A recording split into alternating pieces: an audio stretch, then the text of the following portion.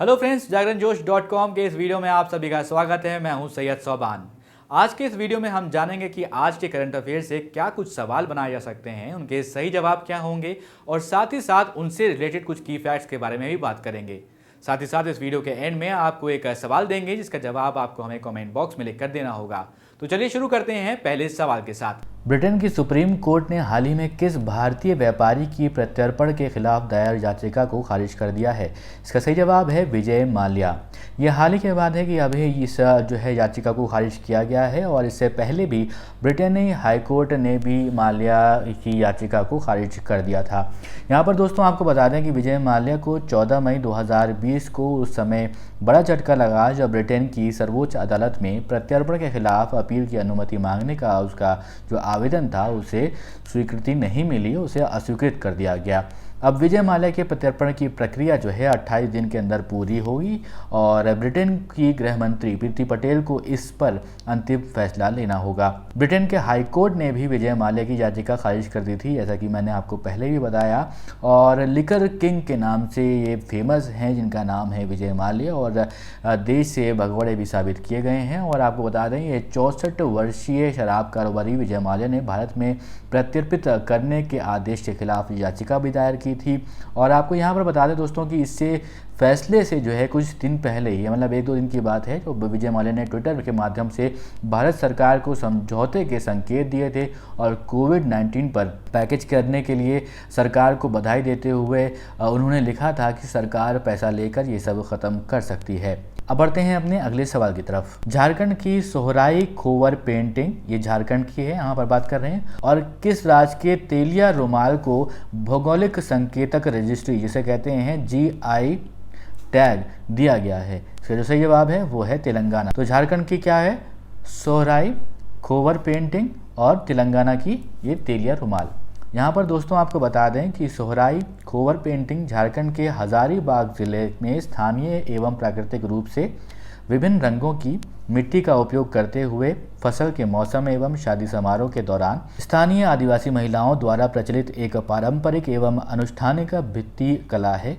ये पेंटिंग मुख्य रूप से हजारीबाग जिले से ही प्रचलित है।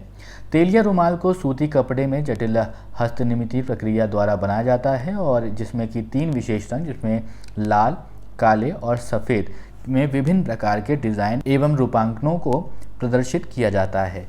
तो ये जो मैंने बात करी किसकी? तेलिया रुमाल की, ये है तेलंगाना से। तो आपको याद रखना है ता से तेलिया और ता से तेलंगाना, इस तरह से आप याद रख सकते हैं। और सोहराई खोवर पेंटिंग को आपको याद रखना है, ये कहाँ के लिए GI टैग मिला है? झारखंड के लिए। तो इन दोनों को ये GI टैग मिला है, जैसा कि मैंने आपको इस पूरे सवाल में बताया। अब दोस्तों इस वीडियो में आगे बढ़ने से पहले एक ज़रूरी सूचना आप सभी के लिए।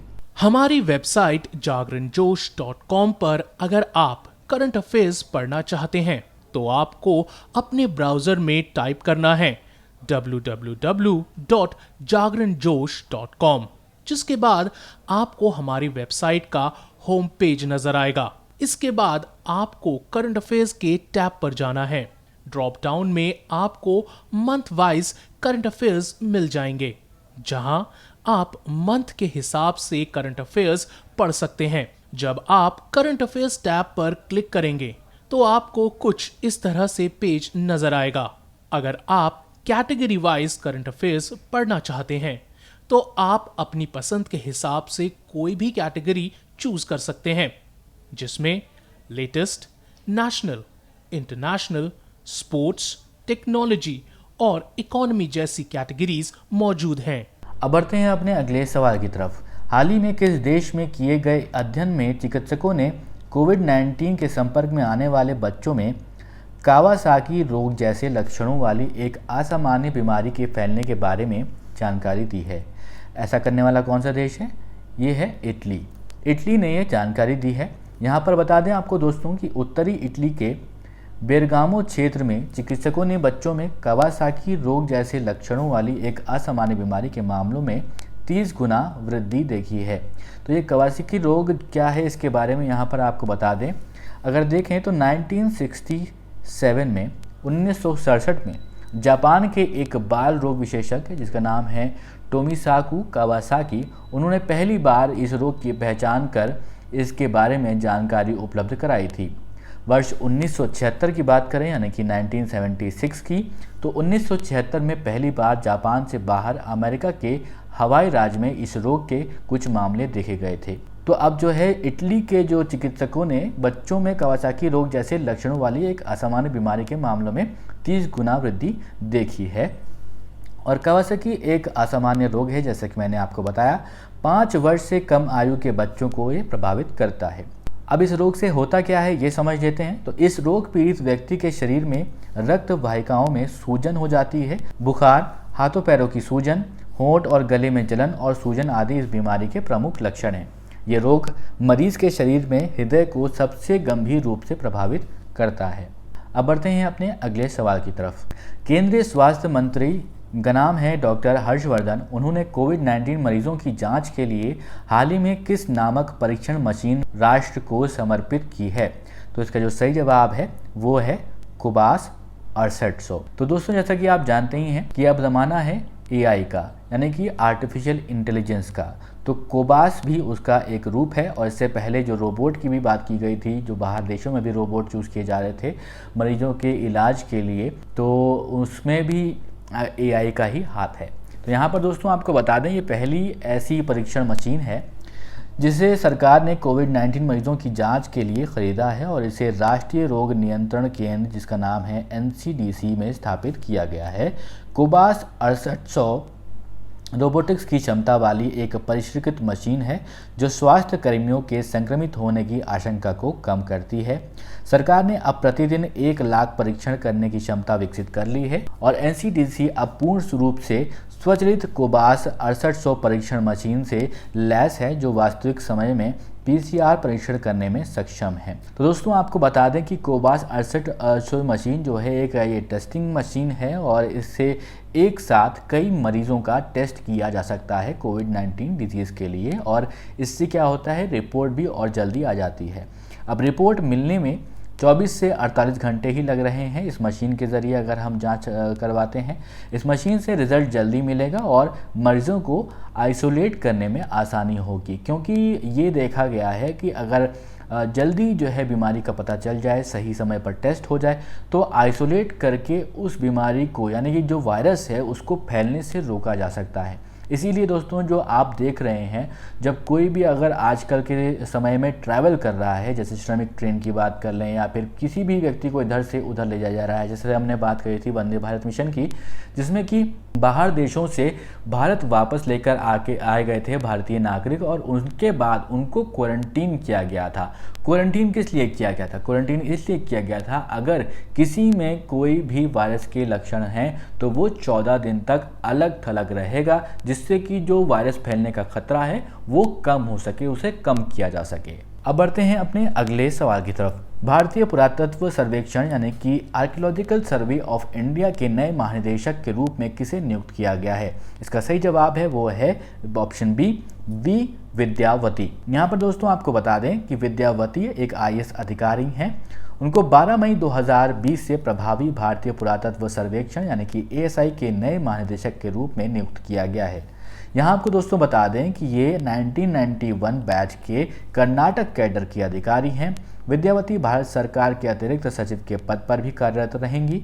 उनकी नियुक्ति की पुष्टि प्रधानमंत्री मोदी की अध्यक्षता वाली कैबिनेट को नियुक्ति समिति के आदेश से ही किया गया है। अब बढ़ते हैं अपने अगले सवाल की तरफ। सवाल है कि भारतीय रेलवे ने यात्रियों को ट्रेन में यात्रा करने के लिए किस ऐप को रखना अनिवार्य कर दिया है? तो इसका जो सही जवाब है वो है आरोग्य सेतु ऐप।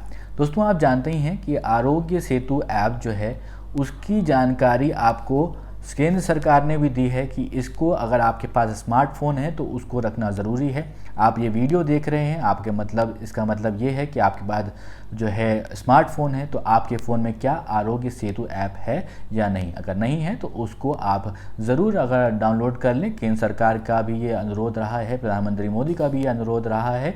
तो यहाँ पर दोस्तों आपको बता दें कि कोई भी व्यक्ति अगर भारतीय रेल में यात्रा करता है तो उसके पास आरोग्य सेतु ऐप उसके फ़ोन में रखना अनिवार्य होगा। रेलवे के मुताबिक अब यात्रियों के लिए यात्रा शुरू करने से पहले अपने मोबाइल फ़ोन में आरोग्य सेतु ऐप को डाउनलोड करना अनिवार्य हो गया है। आरोग्य सेतु ऐप है क्या? आरोग्य सेतु ऐप भारत सरकार द्वारा लॉन्च की गई आधिकारिक कोविड-19 ट्रैकिंग ऐप है। इसे इलेक्ट्रॉनिक्स और सूचना प्रौद्योगिकी मंत्रालय के तहत राष्ट्रीय ई गवर्नेंस डिवीजन के द्वारा स्वास्थ्य और परिवार कल्याण मंत्रालय के सहयोग से विकसित किया गया है। अब बढ़ते हैं अपने अगले सवाल की तरफ। India state level disease burden initiative शीर्षक वाली लैंसेट रिपोर्ट के मुताबिक भारत में 5 साल से कम आयु के कितने प्रतिशत बच्चों की मौत का कारण बाल और मातृ कुपोषण रहा है? इसका जो सही जवाब है वो है 68%, यानी कि ऑप्शन डी। आपको बता दें दोस्तों कि इस रिपोर्ट के अनुसार साल 2000 के बाद भारत में बाल मृत्यु दर के जिला स्तरीय रुझानों का पहला व्यापक अनुमान है। इसमें यह भी बताया गया है कि 83% नवजात की मौत जन्म के समय कम वजन के कारण हुई। हालांकि देश भर में बाल मृत्यु दर में 2000 से साल 2017 तक सुधार हुआ है, लेकिन विभिन्न जिलों के बीच असमानताएं भी बढ़ी हैं। अब दोस्तों अगले सवाल की तरफ बढ़ते हैं। तो सवाल है कि विश्व व्यापार संगठन, आप जानते हैं वर्ल्ड ट्रेड ऑर्गेनाइजेशन के बारे में, इसके प्रमुख जो थे रॉबर्ट एजेवेदो, उन्होंने व्यक्तिगत कारणों से अपना पद कार्यकाल समाप्त होने के कितने साल पहले छोड़ने का निर्णय लिया है? यानी कि वॉलंटरी रिटायरमेंट कितने साल पहले उन्होंने अपने आप से ये व्यक्तिगत कारणों से जो है कहा है कि अपना पद वो छोड़ेंगे? तो इसका जो सही जवाब है वो है 1 साल। यहाँ पर दोस्तों आपको बता दें कि ब्राज़ील के राजनयिक रॉबर्ट एजेवेदो ने ये कहा है कि 31 अगस्त को पद से वो हट जाएंगे। उनका जो कार्यकाल था वो टोटल 7 साल का था, लेकिन वो 6 साल में ही अपना पद छोड़ देंगे, यानी कि 1 साल पहले वो अपना पद छोड़ देंगे।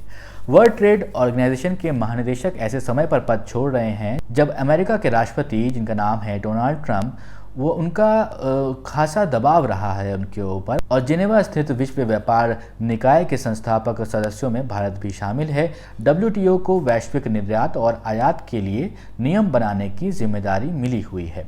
दोस्तों अब वो सवाल जिसका जवाब आपसे हमने पिछले वीडियो में पूछा था। तो सवाल था कि किस सोशल मीडिया कंपनी ने स्थायी तौर पर अपने कर्मचारियों को वर्क फ्रॉम होम यानी कि घर से काम करने की इजाज़त दे दी है? इसका सही जवाब है ट्विटर। तो दोस्तों जैसा कि आप जानते ही हैं कि एक सोशल मीडिया जो है कंपनी है ट्विटर, और यहाँ पर जो है जो कर्मचारी थे उनको सभी को वर्क फ्रॉम होम यानी कि घर से काम करने की इजाज़त दे दी गई है। सैन फ्रांसिस्को की इसी कंपनी ने कोरोना महामारी फैलने के बाद सबसे पहले अपने कर्मचारियों को वर्क फ्रॉम होम करने की अनुमति दी थी।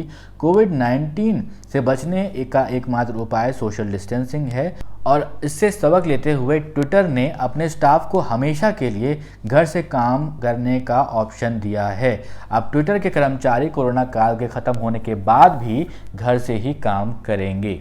अब दोस्तों एक सवाल आपके लिए जिसका जवाब है आपको हमें कमेंट बॉक्स में लिख कर देना होगा। सवाल है कि हाल ही में किस देश ने सोशल डिस्टेंसिंग सुनिश्चित करने के लिए आई फील यू ब्रेसलेट विकसित किया है? ब्रेसलेट जो कि आपने देखा होगा हाथ में अक्सर पहनते हैं, तो ये आई फील यू ब्रेसलेट का नाम है। तो ये किस देश ने किया है? इसका ऑप्शंस हैं जापान, चीन, इटली या फिर नेपाल। आप अपने जवाब हमें कमेंट बॉक्स में लिख कर दीजिए। कोई सुझाव हो और इस सवाल से रिलेटेड और भी जानकारी हो वो भी हमें बताइएगा। आपने पिछले वीडियो में कुछ लोगों ने इससे रिलेटेड जो सवाल हमने आपसे पूछा था पिछले वीडियो में, उससे रिलेटेड और भी जानकारी दी थी। उसके लिए बहुत बढ़िया आप लोगों ने ये कदम उठाया है, और मैं आशा करूँगा कि इस सवाल का जवाब देने के बाद भी आप जो एक्स्ट्रा आपके पास जानकारी है, जो एक्स्ट्रा इन्फॉर्मेशन है, वो भी आप हमें लिख कर बताएंगे। तो अगर आपको दोस्तों ये वीडियो पसंद आया हो तो इस वीडियो को लाइक करें, इस वीडियो को शेयर करें, और आपको पता ही है क्या करना है। अगर अभी तक सब्सक्राइब नहीं किया है तो ज़रूर सब्सक्राइब कीजिए, और आपके दोस्तों ने सब्सक्राइब नहीं किया है तो उनको ये वीडियो दिखाइए और उनसे बोलिए कि सब्सक्राइब कीजिए, क्योंकि अगर आपको करंट अफेयर्स रोज़ पढ़ना है तो यहाँ पर मिलेंगे आपको करंट अफेयर्स हफ्ते के 5 दिन। और आप यूँ ही देखते रहिए जागरणजोश.com।